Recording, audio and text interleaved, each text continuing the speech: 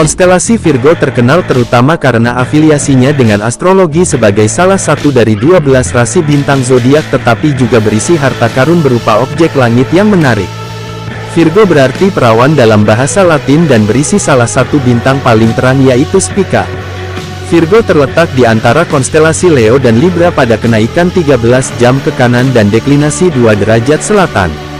Hal ini terlihat di belahan bumi utara selama musim semi dan musim panas, sedangkan bagi pengamat di belahan bumi selatan selama musim gugur dan musim dingin. Tanda ini mencakup 150–180 derajat zodiak. Di bawah zodiak tropis, matahari transit ke area ini rata-rata antara tanggal 23 Agustus dan tanggal 22 September, kemudian matahari transit ke rasi bintang Virgo dari sekitar tanggal 16 September hingga tanggal 30 Oktober. Virgo yang merupakan salah satu dari 12 rasi bintang zodiak pertama kali dikatalogkan oleh astronom Yunani bernama Ptolemes pada abad kedua. Virgo telah dikaitkan dengan kesuburan dan musim tanam sejak zaman dahulu. Orang Babilonia awal menyebut bagian konstelasi Virgo sebagai The Furrow.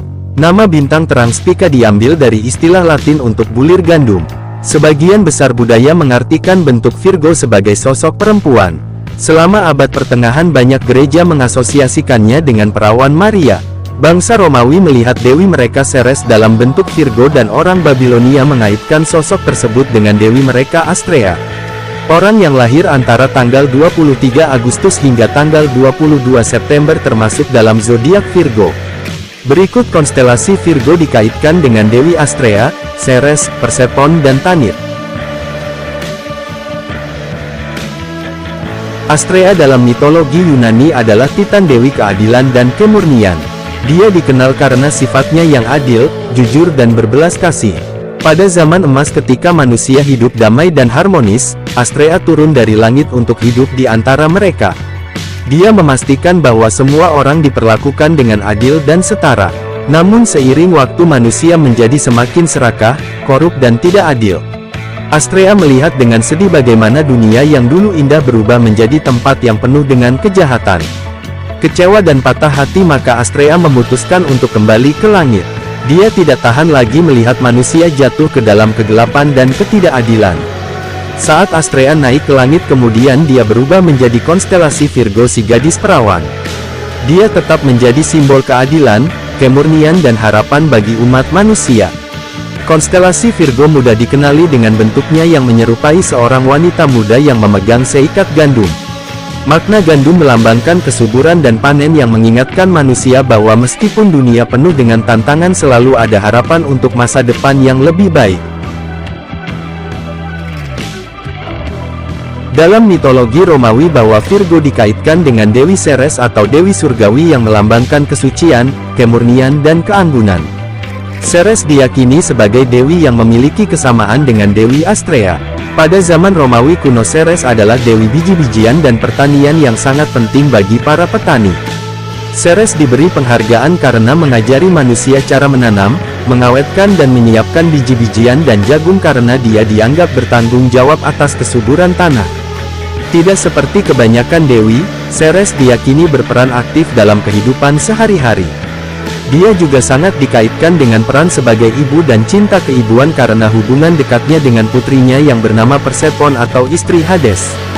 Bangsa Romawi percaya bahwa musim terjadi karena Ceres berkabung selama setengah tahun ketika Persephone berada di dunia bawah bersama suaminya selama bulan-bulan musim dingin dan akan merayakan kepulangannya dengan menyuburkan bumi selama musim panas.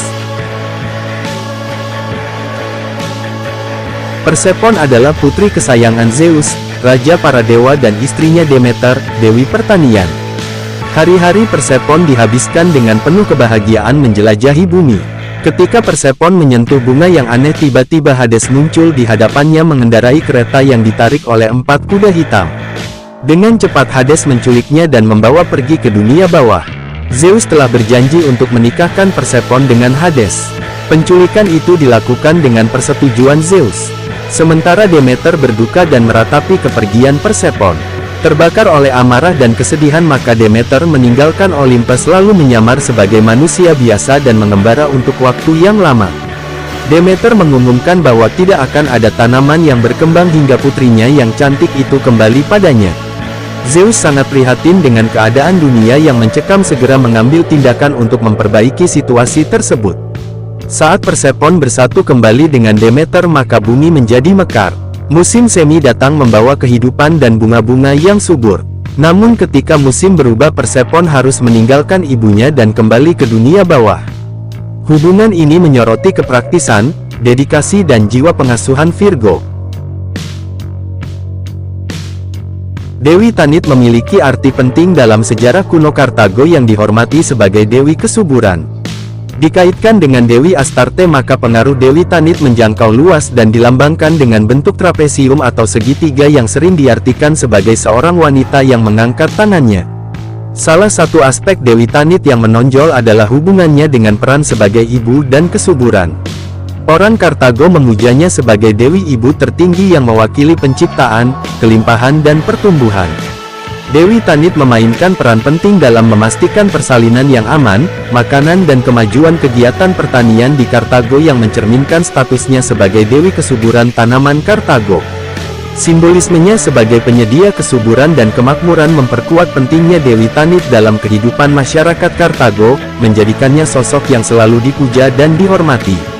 Penafsiran berfokus pada simbol gadis yang sering dilihat sebagai representasi Dewi Kesuburan, menempatkan Dewi Tanit di antara bintang-bintang zodiak sebagai konstelasi Virgo. Demikian konstelasi Virgo dikaitkan dengan mitologi dewi-dewi dalam berbagai peradaban kuno.